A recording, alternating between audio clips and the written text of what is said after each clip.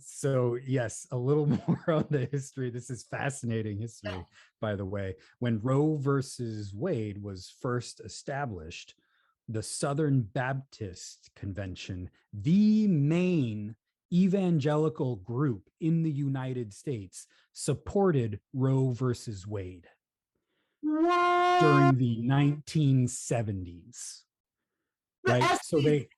they have the convention like in 1972, right after Roe versus Wade is decided. 1972, I may have my years wrong, but it's 1972, 1974, and 1978, or something like that. And at each of those conventions, they reaffirm Roe versus Wade. Why? Why? Because as evangelicals, they take the I was going to say they take the Bible seriously. I take the Bible seriously. I'm not an evangelical. Yes, they take. They read the Bible. They claim to take the Bible seriously. In the 1970s, they did take the Bible seriously, and they knew that the Bible never says anything about the practice of abortion, despite the fact that abortion has been practiced throughout all of human history.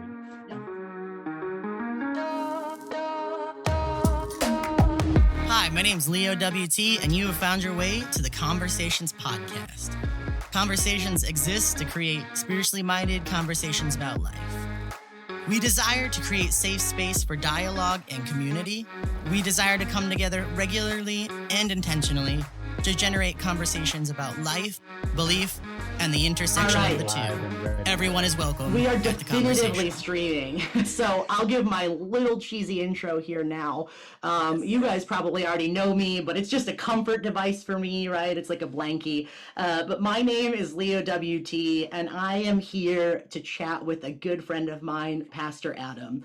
If you don't know me, I'm hoping that you find this video because I'm hoping it gets some spread, but I am actually a queer person, a parent, a person with a uterus, and a pastor. And a lot of things about that statement might confuse you, but if it confuses you, I especially hope that you stick around, because it's only so good to speak into an echo chamber. But what I'd like to do is speak across some sociological boundaries here. But my name is Leo. I'm a member in discernment in the United Church of Christ, which means I'm working towards ordination. I've actually, fun fact, entered my 16th year of pursuing ordination, and still just trying to get someone to sign on the dotted line. But I am, I've come out 4 times in my life. First as a lesbian, second as a trans man, third as a non-binary person, and fourth as a pastor. But this is quite literally who I am and what I do. And I feel like a pastor's role in a community is to speak up in times of trouble. And we are certainly experiencing a time of trouble in the United States. So I'm going to let my friend introduce himself, and then we'll dive into a little bit of conversation about what's happening in the United States and in the Supreme Court. Well, hey, Leo, thank you for bringing me on the show. I always love talking with you. It's always a great conversation and an honor to hang out with you, my friend. So I am Adam. I'm pastor at Clackamas United Church of Christ. And what else do you want to know? What's your favorite color? My favorite, and blue, I guess. I threw you a curveball there, didn't I? You're like deep theological truth color. I know. I'm seeing the rainbow behind me, and I'm like purple. Actually, I'm digging that purple on the rainbow. Right. It's a beautiful color right there. You want to hear a funny story about just entrenched cultural ideas and how they relate with religion? I, for over probably almost 2 decades of my life, was afraid to wear purple because I was taught that gay people wore purple. And I was also simultaneously taught that gay people are going to hell.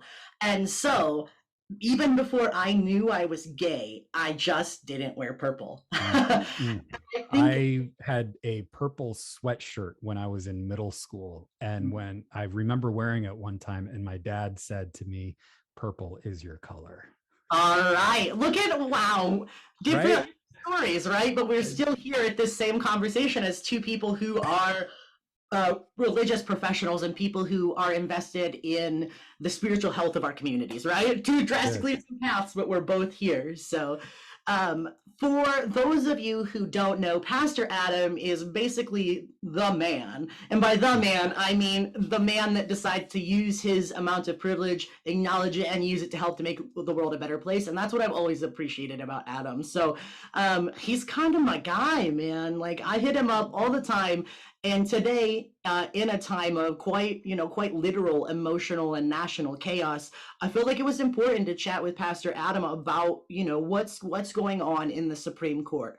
It's my understanding, for those of you who haven't heard, I don't know how you haven't heard, but there was a leaked opinion about the overturning of Roe versus Wade. It didn't actually get overturned, but it's being discussed. So that's where I understand the situation to be.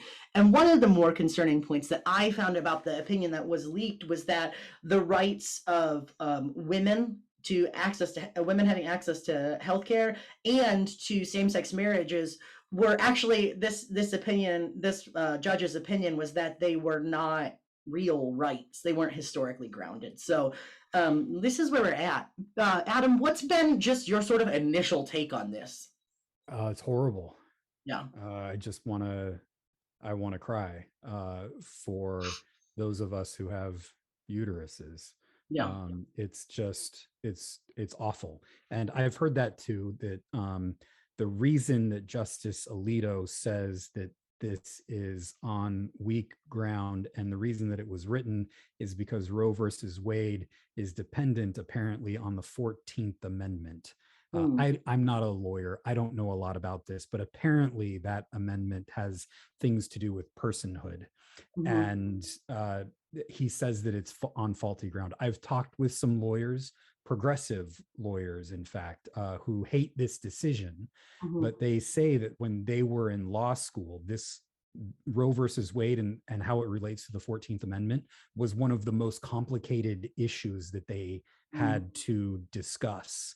And when it comes to the law, apparently Justice Alito is, I hate to say it this way, not entirely wrong in what he's saying about how they came up with this decision in Roe versus Wade.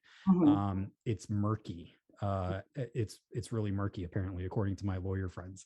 I think that the way we're going to have to do this is by winning the midterms and getting Congress to make a law about this. And the Republicans are going to try to make it even harder for us to vote, because they know the more of us who vote, the more Democrats are going to get in, and the more we're going to make these kinds of laws that they're against.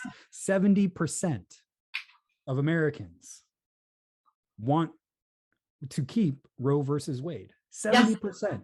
That includes many Republicans, by the way. Right? Yeah, and that's straight from the Pew Research Center. That's not like a biased statistical, organization or whatever. Like, this is a valid organization that analyzes statistics. 70% of Americans are pro access to abortion services if needed. Yeah. And that's wild to me that we have a governance so wildly disproportionate to like the populace. Yeah. And I want to stress how important this is for those of us with uteruses. And I want to stress how important this is. It's all interconnected, right? How important this is for those of us who don't have uteruses. I heard this morning that on a show that Texas, with its like draconian abortion stuff. Yeah. If you are a man and you happen to drive someone to an abortion clinic, even if you're like an Uber driver, right? They're coming after you. They are coming after you too. This is not just going after, like, men should be concerned about this because they're coming after us too. And you know what is really interesting about this too? There's a lot that's really interesting about this. I shouldn't put it that way, but you know what? They go after the constitutional right to an abortion. The 14th Amendment also allows us to have same-sex marriage. So they may be going after that next. What else does the 14th Amendment justify? I forget. There are other things too. You know what? I don't want guns. Yeah. I don't want people having guns. If we're gonna f with the Constitution, I'm going after the Second Amendment. Yeah. Yeah. Let's go after the Second Amendment first. You know, it was the Republicans. Remember when Obama was elected president? They were like, they're coming after our guns. That was all projection, Yep. because Democrats will never go after your guns, partly No. because they're weak and partly because they don't care. It was all projection because Republicans are coming after abortion. It was Absolutely all true. projection. Absolutely. And that was, I think that that's the problem, is that was the plan. That Yeah. was the plan all along. And I'd love to dig into some, like a little bit of history and also a faith-based response to this, because as a person who grew up in a faith community, and I did not merely drink the Kool-Aid, bitches, I double fisted the Kool-Aid. Like, I am a natural golden retriever. And so I wanted to be the best at Christianing. And I'm so ashamed to admit this, but this is the perfect moment for me to admit this. I had a sweatshirt that I wore quite regularly in high school that said abortion is homicide. And retroactively, I'm horrified because I had a friend who got pregnant in high school, and I remember this moment very clearly. And my other friend looked at me and she said, "So you're telling me if she got an abortion, she should go to jail for committing homicide?" And I never wore that sweatshirt again. I never wore that sweatshirt again because it's horrifying to think that in my hubris, I was making someone else feel like total dookie, right? But if you look at this historically, oh, thank you, Chanel. I'm so glad that you also experienced that. I'm not alone in this. I'm not alone in this sweatshirt wearing. But if you look at this issue, right, it wasn't a religious issue until the Ronald Reagan era. And I think that's one of the most interesting things I learned through, I read Jesus and John Wayne by Kristen Kobe Dumais. Yeah. And no one gave a shit about abortions until Ronald Reagan said, "I can galvanize the Catholics and the Protestants over the issue of abortion." So I got a newsflash for you. This did not start as a pastoral or religious concern. Y'all were bought.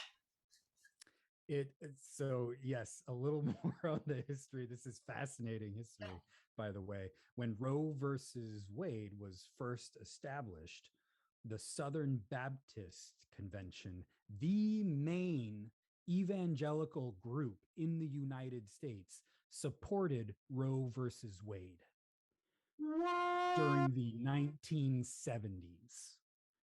Right? So they have the convention like in 1972, right after Roe versus Wade is decided. 1972, I may have my years wrong, but it's 1972, 1974, and 1978, or something like that. And at each of those conventions, they reaffirm Roe versus Wade. Why? Why? Because as evangelicals, they take the I was going to say they take the Bible seriously. I take the Bible seriously. I'm not an evangelical. Yes, they read the Bible. They claim to take the Bible seriously. In the 1970s, they did take the Bible seriously, and they knew that the Bible never says anything about the practice of abortion, despite the fact that abortion has been practiced throughout all of human history. Yeah. And it says nothing about the practice of abortion. So they said, listen, the Bible that we take very seriously says nothing about this practice. And the Supreme Court says, hey, we should allow people to do this. So of course, we're going to support it.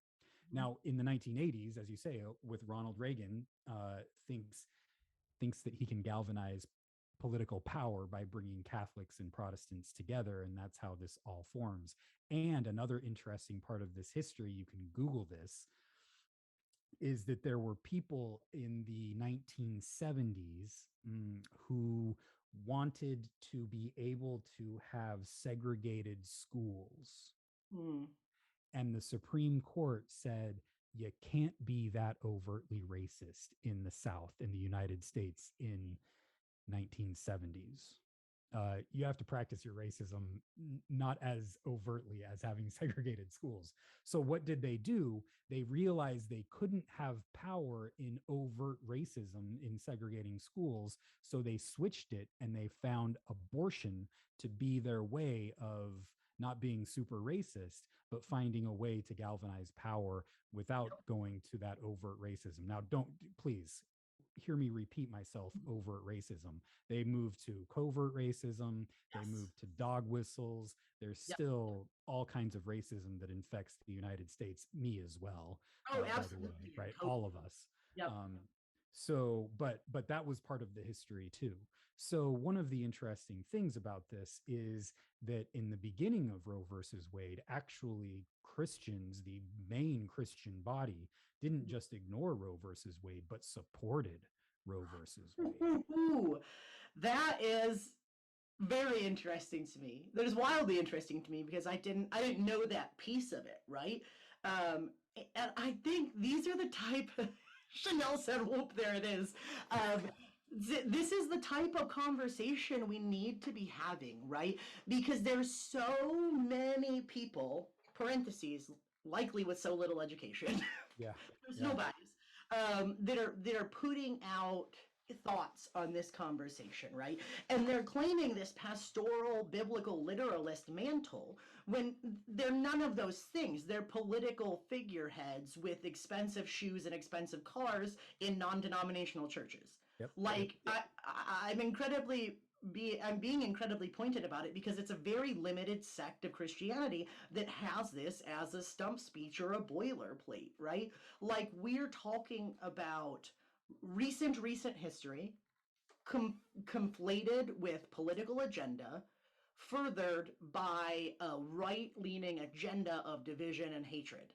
And also, as an aside, I'm still curious why we have to pass amendments about people's personhood.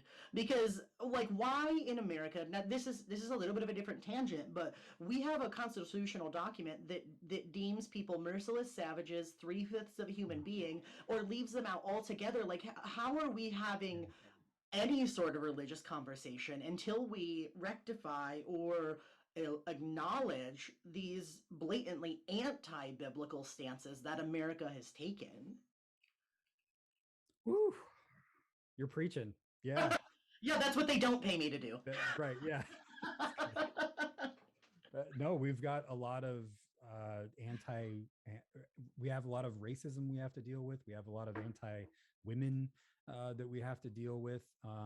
There's just a lot, and this anti-women strand is what this is all about.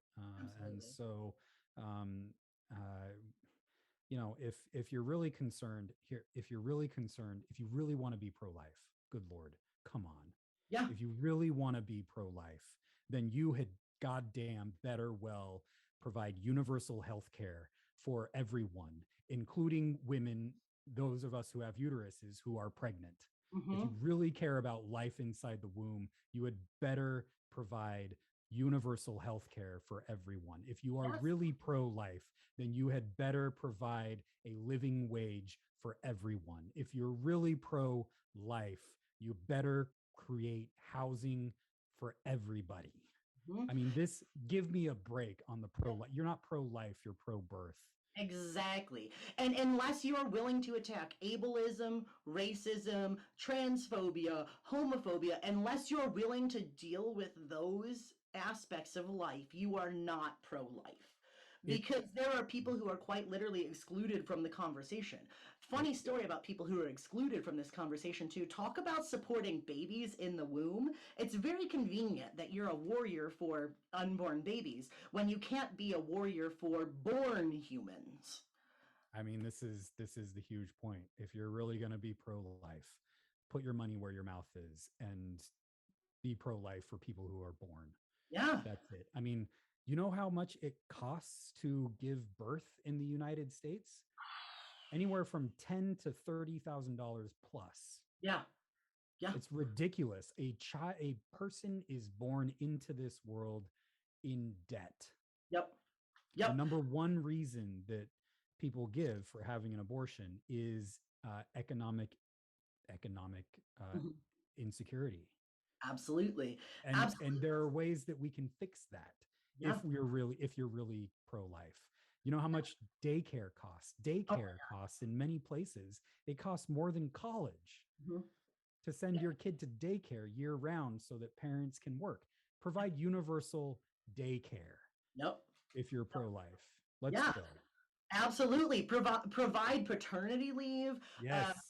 all of these things. Like, I don't want to hear another sentence about unborn babies until we treat people who are born with respect. Mm-hmm. Mm-hmm. It's so Mm-hmm. wild to me that we can wrestle so passionately for the personhood of a fetus, but we can systematically deny rights and disavow rights to people like myself, Yeah. to queer Yeah. people, to trans people, to disabled people, to black people, to natives. Yep. Our constitution, our founding document still refers to natives as merciless savages. That was never rectified, ever rectified. And I just don't think there is a pastoral leg to stand on here until you're willing to deal with the other social issues that we have. Yep. I don't think there's a pastoral leg to stand on because, I think unborn babies and the end times, those are two of evangelicals' favorite things because both of them are essentially non-tangible. Non-tangible. And meanwhile, we're missing the forest through the trees when the Bible references poverty and justice over 2,000 times, right? Yep. I have the Absolutely. Poverty and Justice Bible sitting right here on my shelf, and it has highlighted in this specific Bible every reference to dealing with poverty and economic justice. Every single reference, right? Over 2,000, but we're not dealing with those. And so people who are pro LGBTQ or pro choice are always accused of cherry picking. But tell me, who is cherry picking at this point? I I believe the Bible, there are passages in the Bible that say everybody's debt is to be forgiven, what, every 7 years? Yep. And then the year of Jubilee is what, every 40 some years or 50 some years or something like that, where everybody gets their land back, right? Yep. So, Everything is economically reset.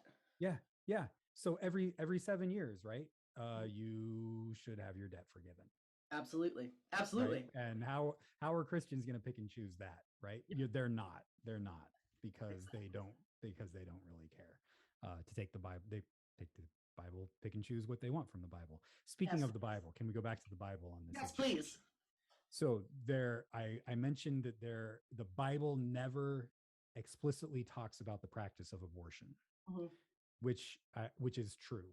But there are two passages where it refers to something like an abortion, right? The first one is Exodus chapter 21, where Mhm. it talks about two men getting in a fight. And if there's a pregnant woman there and she gets hit and she loses her pregnancy, that that pregnancy is not treated as a human life, but as property. And then it says if anything worse happens, like the woman dies, who is a person, then life for a life. But the pregnancy is not a life, according to the Bible. Yeah. It's a Right? potentiality for sure, but it's not a Yeah. life. Right. And the Bible doesn't even say it's a potentiality. It just No. says we can extrapolate that. Yeah. But here it is not treated as a life. Yeah. Let's be biblical literalists for a moment. Yeah, right. And so this is the closest. There are a lot of people who say this is the closest area you get to abortion in the Bible. There's the other passage that people often bring up, which is Numbers chapter 5, right? Where if a man thinks his wife is messing around with another dude in the camp, that he can take her to the temple and a priest will create a concoction of sorcery of some sort of holy water and some dust from the temple floor. How about that? That sounds some holy dust from the temple floor, and have the woman drink it. And if she's innocent, nothing happens. But what happened? What is a possibility when men and women have sex? What could happen? Pregnancy. A woman could get pregnant, right? So if she is guilty, then her uterus will drop. Oh. And she will not be pregnant. Now, there is some complication in the Hebrew of this. There's a conservative evangelical scholar named John Goldingay who wrote the you know how N.T. Wright has the New Testament for everyone. John It's right there. Yeah, John Goldingay wrote Old Testament for everyone. right? And in his book on Numbers, I know the look, but I was like, hey, this is cool. I'll get the book on Numbers and see what he has to say. So he says that the fetus will no longer be viable or something like that. It'll discharge. What happens when a fetus is no longer discharges and is no longer viable? That's an abortion. An abortion, literally. Right Yeah. here it is, a God here ordains an abortion. Mhm. So there it is, right there in the Bible. Yeah. And so if you take the Bible literally, apparently there are places where God is cool with abortion. Yep. And in fact creates medicine to make it happen. Exactly. So, yeah. Yeah. I mean, like, let's stepping into the shoes of a biblical literalist, right? and right. Yeah. Yeah. Now there are some Christians who are like, the commandment is thou shalt not murder. Mhm. And they say this is why you shouldn't have an abortion, because thou shalt not murder. That is, I don't think that's a good argument, because after God says thou shalt not murder, what does God have people do? Murder. Yep. I mean, Yep. there's this guy Jephthah in the book of Judges, Mhm. and he is one of the leaders of Israel during the time, and he makes a promise with God, or he thinks he's making a promise with God, and he says, "Hey, if I get to defeat these guys on the other side of my town, I will sacrifice the next person who walks through my door." Mhm. Right? And he thinks God's cool with this, so he goes and he's successful tragically, and then his daughter walks through his door, and he thinks he has to sacrifice his daughter, and this is all in the name of God. Mhm. Right? So if you are worried about life inside of the womb, God in the Bible is not good with life outside of the womb either. No, This it's is not a good way to pick up bullshit. your morals, right? And then there's like, what is it? It's Deuteronomy. I think it's chapter 22, where it says that, hey, if you have a stubborn and rebellious son, that you are to take your son out to the center of the city and gather all the men of the town and stone your rebellious and stubborn son to death. Mhm. Mhm. Like, we would all, as a son, I would have been killed by the time I was 12 years old. Straight up. Right? Straight up. I think it's so interesting when people speak of biblical family values, because I mean, just even looking at the Old Testament, and even in the New Testament, like, literally Jesus said to his disciples, "Let the dead bury their own." Like, when someone was saying, "Can I bury my family?" Jesus was like, "Nope." See you later. And then you have commandments like this, right, where it's like, "Hey, by the way, stone your son." I just don't. I think that there's like this sort of evangelical modern fabrication of what we want the Bible to say. And my friend and sort of like I'm not a mentor of mine, but someone who I've read recently, Dr. Will Gaffney, posted an article about who speaks for God, right? Who speaks for God and who we should be listening to. And I think one of the ultimate ironies is one of the first people who translated the Bible into common speak was Wycliffe, right? And this guy, Wycliffe, translated the Bible into the language of the commoners and then was burned at the stake by the church. So the question is, who is really interpreting the Bible, and is it the marginalized people? Because I'm here to tell you, there were not a ton of women hanging around the Council of Nicaea. There are not. We know that there's not women leaders in the in the Southern Baptist Convention. So when we're talking about a lot of our modern theological discourse, we're talking about what straight white men who have education, that because they have that education, it is a statement on class, right? They're not poor white men, right? Because you couldn't go to school. Right. So you have a lot of the same people and the same voices functioning in this echo chamber, convincing the world that this is what God says. But look at Deuteronomy, look at Numbers, look at Exodus, look at the Gospels, look at these things. Like, the Bible is a book with as many flaws as any other book. And if you're going to take it seriously, you've got to look at the whole thing. Yep. Yep. We don't, there are no such thing as biblical family values. There is no such thing as an anti-abortion stance based on the Bible. There's no such thing where we're talking about the justification for subjugation of entire groups of people. Yet America, as a Christian nation, we're claiming to subjugate entire groups of people and basing it on the fact that we're a Christian nation. Get out of here. I know, right? Yeah. Get out. Yeah. How about Jesus with those family values where he says that he came to divide families? Actually, that's what he came to do. Uh-huh, uh-huh. And we've seen that in the last couple of years, tragically, that the gospel message is going to separate people. Yeah, it is. And that's the reality. If you want to get really real with it, the gospel message is going to separate people, because it's going to separate people from people who don't believe in the innate value of a human being from the people that do.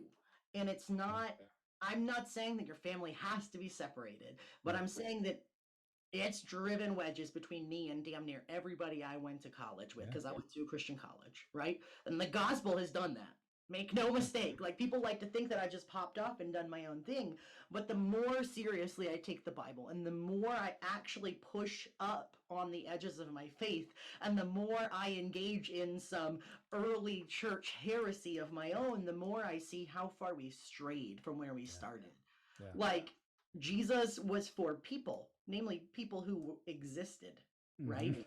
Now, mind you, I'm not saying that I'm like, yo, kill a baby, right? That's not what I'm saying. But if you're not, if the Catholic Church, I'm shouting you out, how are you going to not support birth control and not support abortion and not support social services? Yeah, that's it. That's it. Absolutely.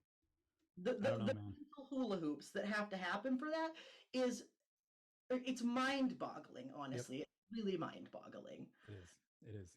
What would you say to people who are, really internally struggling with this? Like, give me your best pastoral words for someone who was taught like maybe I was, but also is encountering the struggles that we have today and wants to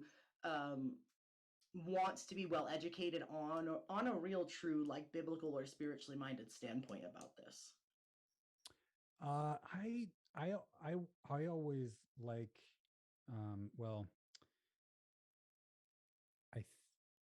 I want to help them know that there is plenty of space in Christianity for people who struggle with this issue, and for, even more than that, people who affirm the right to abortion. If you look up on Google, you can find that there were pre-modern Christians in the 7th century, the 6th century, who were doctors of the time.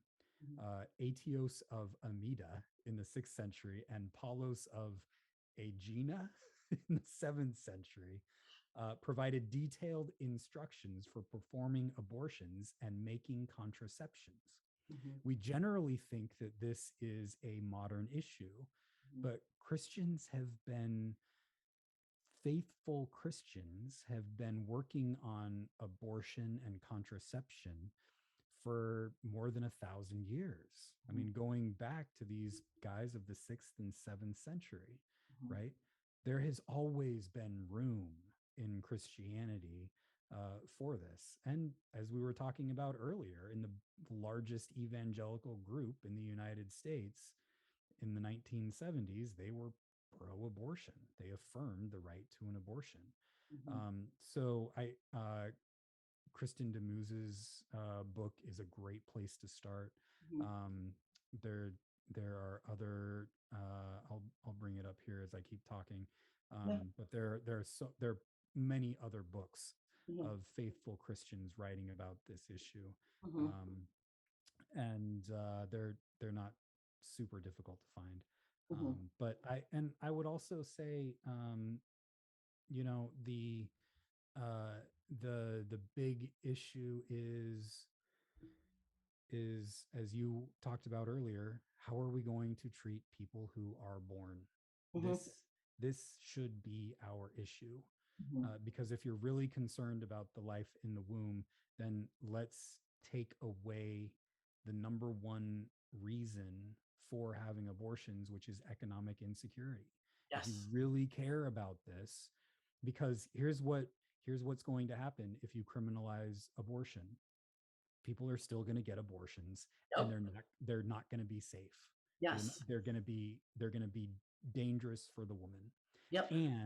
And we have found in other countries where they have criminalized abortion, the rich, wealthy people who have uteruses are able to go to other places in order to get abortions. And this affects our poor sisters, siblings, and criminalizes them because they don't have the resources to go and get an abortion. Mm-hmm. So what you are doing is criminalizing poverty. Exactly. That's so freaking important because it brings me back to my statement about what the Bible says about poverty. Yes. Class in America is one of the single biggest unmarked categories. For those of you who are watching, what I mean by unmarked categories means a demographic categorization that we just don't talk about, right? Like how people, how seatbelts were manufactured for the average white man with an average body weight. And that's why so many women died in cars before we changed crash test dummies, right? But class is this unmarked category that we have in our society that we're not willing to reconcile with. We have this pull yourself up by your bootstraps mentality, which for the record, you can't pull yourself up by your bootstraps. Right. That's actually a giant joke. But we have this pull yourself up by your bootstraps mentality of, well, if you just tried harder, you could succeed, which is an absolute lie. Class in America is a caste system. Mm-hmm. And if you are poor, if you are female, if you are disabled, if you are queer, if you are Black, you are pretty much forced into lower economic classes than your white, male, able-bodied, English-speaking, cisgendered, heterosexual partners, period. And so we really do, in so many ways, have declared war on poor people. Because senators' wives, congressmen's children, those people are still going to be able to access services. So what you're doing is you're not criminalizing it for everybody. You're just making it unavailable to the poor people. It's social eugenics, and it's disgusting. Yep, absolutely. George Bush, the elder, was for Roe versus Wade until he ran for president and realized, oh, I could get some more power out of this. But his wife, Barbara Bush, wrote in her diary near the end of her life, she said something like, "What do I think about abortion? This is between a woman and her doctor." Republicans, right? This is Republicans, right? Yeah. I mean, saint of Republicans. Yeah. So yeah, there you go. One of the resources that I wanted to recommend, you can check out Google Randall Balmer. Okay. He wrote where did it go? He wrote a book called here it is, Thy Kingdom Come. Okay. How the religious right distorts the faith and threatens America. Oh, come on. Putting that on my summer reading list. Randall Balmer.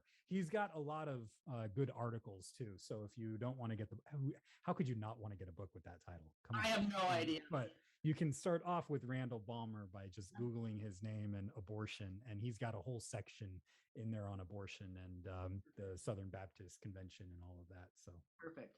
I actually, along those lines, I just read a book for my public theology and racial justice class where it talked about how I'm gonna butcher the name, but it was the subtext was how corporate America created Christian America, and it turns out the phrase "one nation under God" was part of an ad campaign by a National Association of Manufacturers, NAM.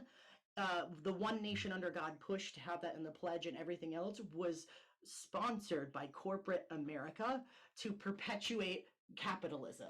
So much of what we have done has been influenced by politics and capitalism and greed, right? That there is people need to know where what they're being taught from the pulpit is coming from. Yeah. And I'm sorry, but the misinformation is so incredibly real that you cannot be spoon-fed in this era. And that might sound ableist, but I promise you there are pastors, good, actually trained pastors that are going to sit down with you and be real with you. Like if you need to reach out to me, if you need to reach out to Pastor Adam, go somewhere where someone is critically and intellectually saying, just pump the brakes and let's see. I'm not saying you have to come out anywhere. Actually, that's the whole thing of deconstruction, is that there's no prescribed endpoint, right? It's just that you're actually critically using your brain to think about what you believe, and then you're using that to figure out how you engage with the world. That is what I hope people do. Amen. I appreciate you putting out too that there is space in Christianity, because there is. Christianity is a broad spectrum, and sometimes the yahoos with the loudest voices and the most expensive sneakers and the biggest yellow Jeeps, personal reference, are not, sometimes they're just the loudest people. They're not the ones who are even trying. Yeah. Well, I appreciate you turning the volume up, because those of us on this side of Christianity need to increase the volume. Agreed. So yeah, I'm glad to be doing that with you. Well, Pastor Adam, I think I have hit the end of my reserves. For those of you who don't know, I was just telling Pastor Adam before, I'm fresh off a negative COVID test, but still feeling like human garbage. So I'm going to go home and catch some rest. But Pastor Adam, thank you so much for sort of being the world's pastor here. I know you do have a very real family and a very tangible congregation in your area, but I appreciate your presence ever so much. You do a large amount of emotional and intellectual weight bearing for a lot of people. And I think you have to be one of the most influential people I've met, just because of your humility to be accessible and to just say, maybe I'll listen to you in the process, though. So I appreciate your presence, and I thank you so much for coming on today. Well, thank you, Leo. It's always a pleasure. And I'm so glad to be able to call you a friend. So thank you for this. I love that. Friends, if you're watching, if you have questions, shoot one of us a message, do some Google, grab some books. But I need just to say one more thing before I go, and that is we have to use this all as fuel. We cannot fall apart, because the political and social forces at work that are trying to sort of waylay our society have galvanized around the ideas of fear and hatred. And they have intentionally sown fear and hatred into our society because they know it is a powerful motivating factor. And so when things like this happen, it is okay to be hurt, but I need you all to drink your water, to get a nap, and then to come together across diverse sociological lines. Because when there is an assault on any of us, there is an assault on all of us. And the way that we come together is by linking up arms in the margins and saying, hell no.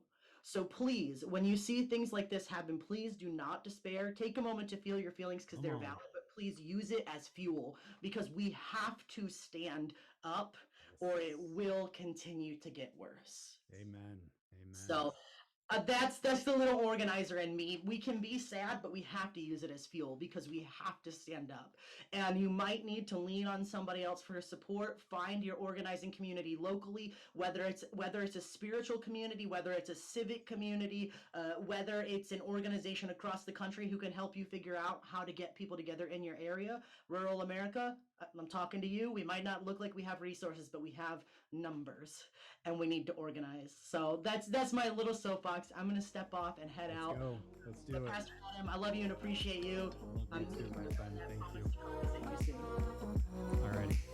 Have a good day, everybody. Bye. This has been the Conversations Podcast. Thank you so much for joining. If you have any questions or comments, or just want to get involved, feel free to join the conversation on social media. You can find us at Conversations Official on Facebook, Instagram, and YouTube. And please don't forget to rate, follow, and share this podcast. We're available on Anchor, Spotify, or wherever you get your podcasts. Thank you so much for joining the conversation.